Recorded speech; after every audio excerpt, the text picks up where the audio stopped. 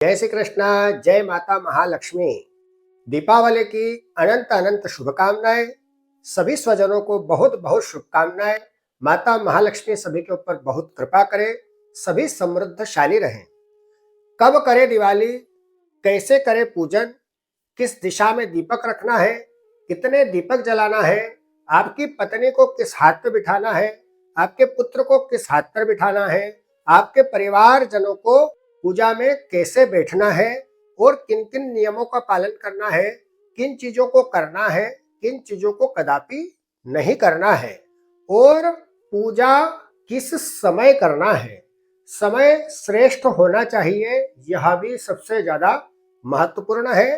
किन किन सामग्रियों का विशिष्ट रूप से उपयोग करना है जिससे कि माता महालक्ष्मी आप और आपके परिवार के ऊपर पूर्ण कृपा करे और आपके जीवन में शुभ लक्ष्मी का, रसत्विति लक्ष्मी का आगमन होवे।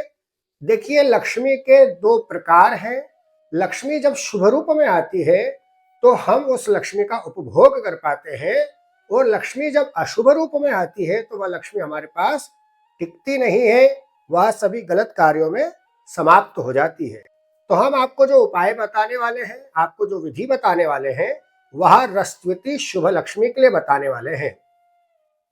देखिए, दीपावली 20 अक्टूबर को ही मनाई जाएगी, इसमें कोई संशय नहीं है। सोमवार के दिन मनाना है। हस्त नक्षत्र में माता महालक्ष्मी का आगमन होने वाला है। दीपावली के दिन आपको 5 नियमों का पालन विशिष्ट रूप से करना है। दीपावली के दिन सूर्योदय से पूर्व उठें, शुद्ध वस्त्र धारण करें और असत्य भाषण नहीं करें, किसी प्रकार से कोई नशा नहीं करें और विशिष्ट रूप से ब्रह्मचर्य का पालन करें।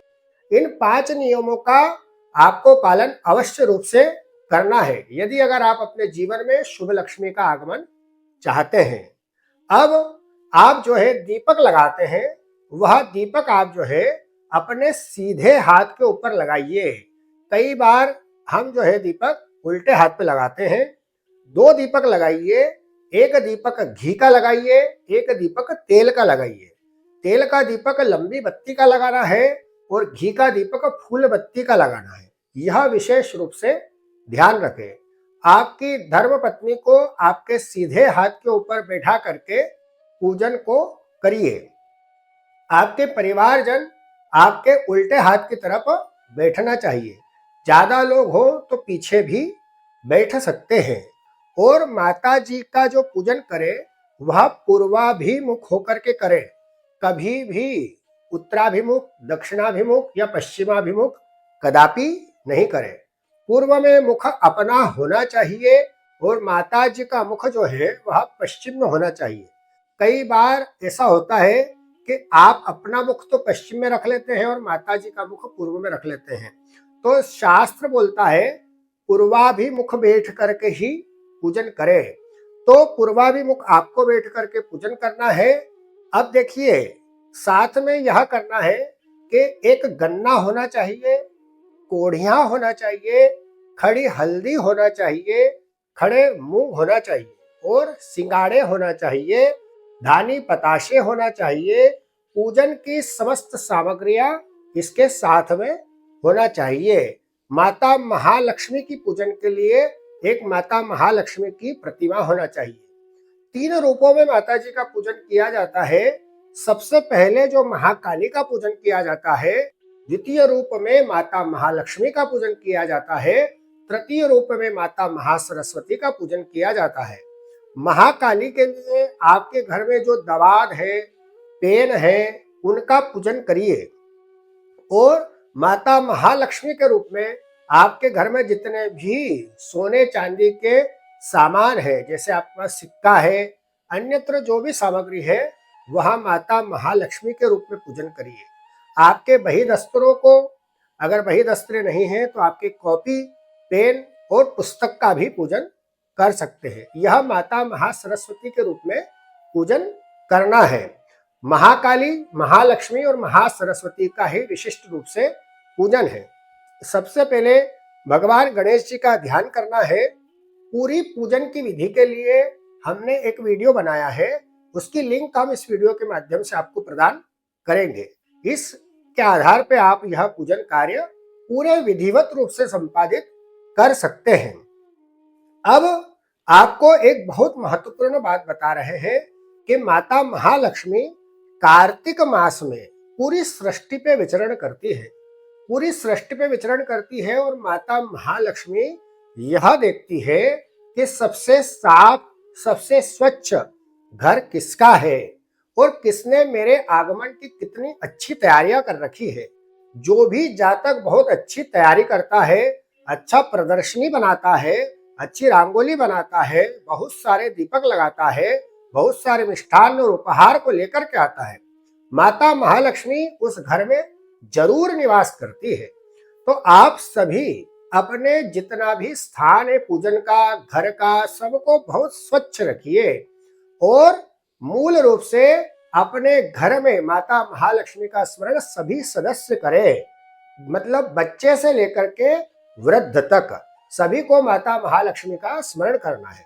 यदि हो सके तो उस दिन पूजन तक आप जो है उपवास करिए, अगर हो सके तो, अन्यथा आप भोजन कर सकते हैं।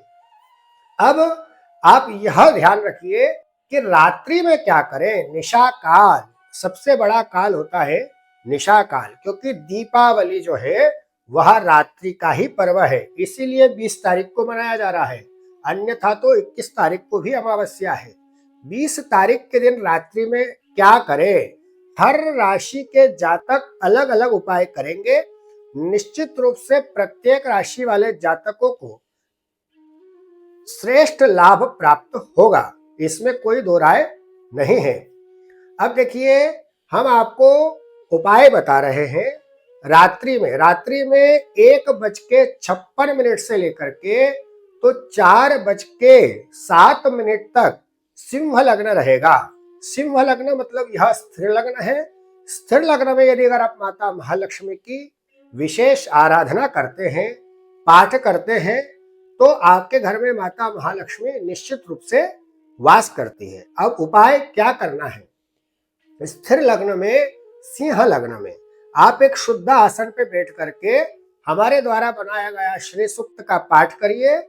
यदि अगर आपके घर में श्री यंत्र है तो एक कंकु लीजिए, ओम श्रीम श्रीयै नमः बोलते हुए वह कंकु माता जी के ऊपर अर्पण करते जाइए। और एक बहुत महत्वपूर्ण उपाय बता रहे हैं। सिंह लग्न में एक लाल कपड़ा लीजिए, उसके अंदर थोड़े से चावल रखिए, उसके अंदर धानी पताशे रखिए, उसके अंदर 5 खड़ी हल्दी रखिए और साथ में एक चांदी का सिक्का रखिए। अगर आपके पास कमल का फूल उपलब्ध है तो कमल का फूल रखिए अथवा गुलाब का फूल साथ में रखिए और पूरे सिंह लग्न में उसको पोटली बना करके रखिए और माता महालक्ष्मी का ध्यान करते रहिए। और जब सिंह लग्न समाप्त हो जाए, अगले दिन वह पोटली आप पूरे वर्ष के लिए अपने तिजोरी में रख दीजिए। आप देखिए कि पुराने वर्षों की अपेक्षा इस वर्ष में आपका लाभ दोगुना हो जाएगा। निश्चित रूप से माता महालक्ष्मी आपके ऊपर कृपा करेगी। अब आपको यह है कि सिद्ध मुहूर्त में, श्रेष्ठ मुहूर्त में ही पूजन करना है। श्रेष्ठ मुहूर्त है लाभ और अमृत और चर। आप जो है गोधूली बेला में भी पूजन कर सकते हैं।